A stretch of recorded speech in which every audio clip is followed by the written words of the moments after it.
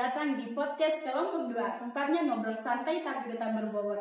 Gimana nih kabar teman-teman semua? Semoga kalian lagi dalam mood yang asik ya buat dengerin obrolan-obrolan seru dari kelompok kami. Saya dan Oleh Mukhtar sebagai host dalam podcast kali ini. Dan tentu saja tema yang kami angkat itu seru banget loh guys, karena mengenai hukum administrasi negara yang membahas mengenai kewenangan pemerintah. Wow, penting banget gak sih untuk kita gengsi-gengsi mengetahui pembahasan ini. Oke, santai aja guys, nggak usah terlalu serius karena siapa tahu dalam obrolan ini kalian bisa ketawa, mikir, atau bahkan terinspirasi untuk mempelajari hukum administrasi negara. Baik, sebelum kita membahas mengenai kewenangan pemerintah, terlebih dahulu kita kenalan sama rekan-rekan saya dari Universitas Negeri Makassar. Yang pertama ada Nur Asisael, ada Nur Fadlia, ada Cynthia, dan ada Muhammad Alim. Wah, Muhammad Alim sendiri ya guys, nggak pakai alma mater. Baik, sebelum itu gimana nih kabar teman-teman semua? Baik. Wow, Masya Allah. Oke, di sini pertanyaan pertama ya guys, gimana sih menurut teman-teman semua tentang kewenangan pemerintah? Kira-kira apa yang langsung terbesit di pikiran teman-teman ketika saya menyebutkan kewenangan pemerintah? Secara kita tahu kan bahwa kewenangan merupakan kunci pokok atas pelaksanaan kekuasaan oleh pemerintah. Dalam arti bahwa ketika tidak ada kewenangan maka tidak ada tindakan. Segala hal yang dilakukan oleh pemerintah harus berdasarkan peraturan yang memberikan kewenangan sehingga pemerintah bisa melakukan tindakan tersebut. Gimana nih menurut teman-teman semua? Jadi menurut saya kewenangan merupakan konsep dasar hukum, apalagi dikaitkan dengan konsep demokrasi. Mungkin yang lain?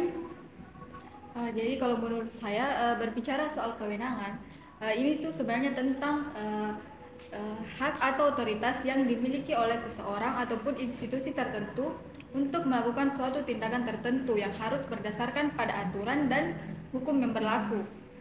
Misalnya pemerintah punya kewenangan untuk mengatur pajak, bikin undang-undang, dan menjaga ketertiban negara. Jadi menurut saya itu secara sederhananya kewenangan merupakan wewenang resmi yang dikasih tanggung jawab besar di belakangnya. Mungkin Cynthia mau menambahkan? Menurut sepaman saya, kewenangan pemerintah itu adalah hak atau kekuasaan yang dimiliki oleh pemerintah untuk menjalankan tugas-tugas pemerintah sesuai dengan hukum yang berlaku. Ya, kalau saya sendiri kan sudah tadi dijelaskan oleh teman-teman, ya, yang dimana kewenangan itu memang merupakan semacam hak kekuasaan yang diberikan kepada pejabat, yang dimana itu merupakan semacam perpanjangan tangan dari kekuasaan dari rakyat yang diberikan kepada pejabat-pejabat tersebut yang merupakan wakil-wakil dari rakyat itu.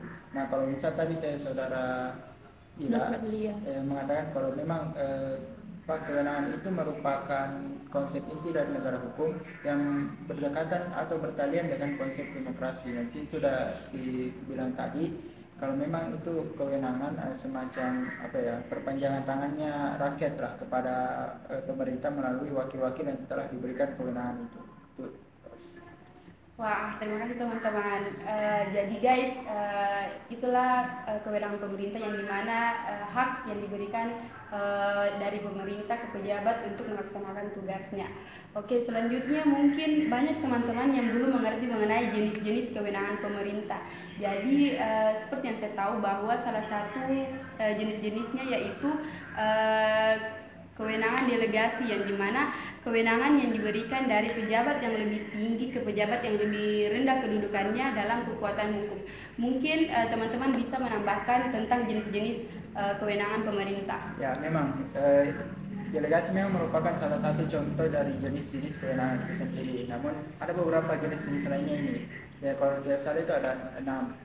Yang pertama ada tadi delegasi, yang kedua ada atribusi, yang ketiga ada mandat, dan ada lagi tiganya ini yaitu kewenangan bebas, kewenangan terikat, dan kewenangan fakultatif. Nah, kewenangan atribusi itu semacam kewenangan yang diberikan kepada seseorang yang merupakan pembuat undang-undang, yang dimana sebelumnya kewenangan ini tidak ada. Gitu.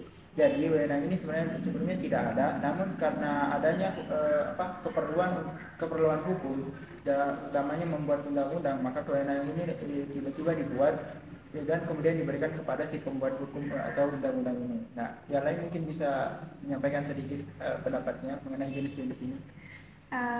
Baik, Kalau menurut saya kan tadi sudah disebutkan ada kewenangan mandat. Jadi simpelnya kewenangan mandat itu merupakan kewenangan yang diberikan oleh pejabat tertentu kepada pihak lain untuk melaksanakan tugas atas nama pemberi mandat. Terus ada juga tadi sudah disebutkan oleh host ada kewenangan delegasi, yang dimana simpelnya kewenangan delegasi merupakan kewenangan yang diserahkan dari pejabat administrasi negara yang lebih tinggi ke pejabat lain yang kedudukannya lebih rendah menurut hukum. Mungkin jadi ada juga dibilang kewenangan bebas, terikat, dan fakultatif. Jadi kewenangan bebas itu merupakan wewenang yang peraturan dasarnya memberikan kebebasan menafsirkan sendiri isi keputusan yang akan diambil. Sedangkan kewenangan terikat itu merupakan wewenang yang peraturan dasarnya menentukan pada saat kapan dan dalam keadaan bagaimana kewenangan itu dilakukan, serta menentukan isi keputusan yang akan diambil. Dan yang selanjutnya itu ada kewenangan fakultatif, yang dimana ini merupakan wewenang yang peraturan dasarnya tidak menentukan kewajiban untuk menentukan isi keputusan yang akan diambil. Jadi sedikit menambahkan jawaban dari saudari Nur Asisa, yaitu kewenangan terikat dan bebas yaitu kekuasaan yang diberikan oleh hukum publik yang dikenal dari berbagai jenis dan sifat kewenangannya yang ada di tangan para pejabat administrasi negara. Oke, terima kasih kembali guys. Jadi teman-teman, itulah tadi jenis-jenis dari kewenangan pemerintah. Jadi mungkin teman-teman bisa mengambil beberapa ilmu yang kami sampaikan secara sederhana, semoga bermanfaat. Dan mungkin ini adalah pertanyaan yang terakhir, yaitu menurut teman-teman, apakah kalian merasa pemerintah menjalankan kewenangannya dengan efisien dan efektif? Mungkin pertanyaan ini bisa dijawab dengan berdasarkan sudut pandang masing-masing. Silakan.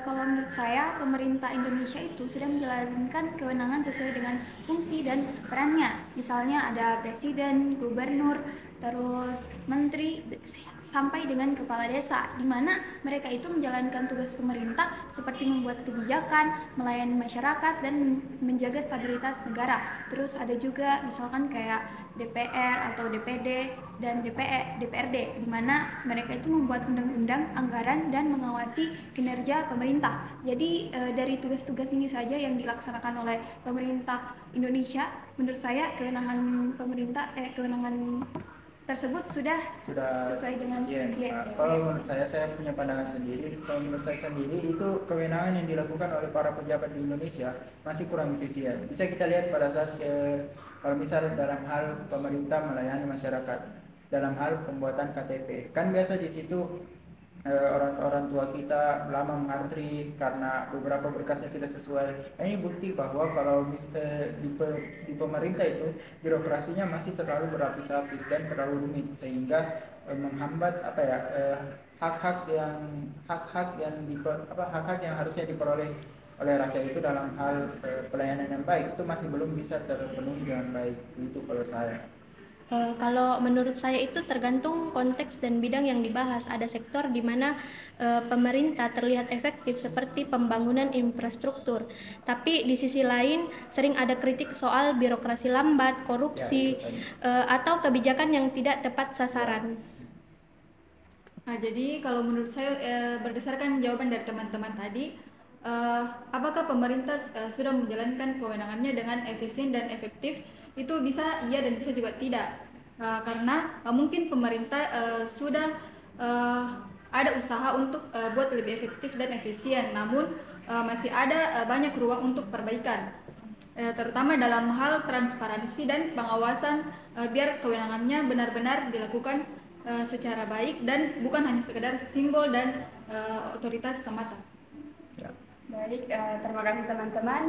Mungkin itu jawaban dari teman-teman sekalian. Kembali lagi guys bahwa jawaban dari pertanyaan terakhir itu berdasarkan sudut pandang masing-masing. Jika ada salah kata dari kami memohon maaf. Semoga apa yang kami sampaikan dapat bermanfaat bagi teman-teman yang menonton. Terima kasih, dan saya ucapkan terima kasih kepada teman-teman yang meluangkan waktunya pada hari ini. Baik, cukup sekian. Wassalamualaikum warahmatullahi wabarakatuh.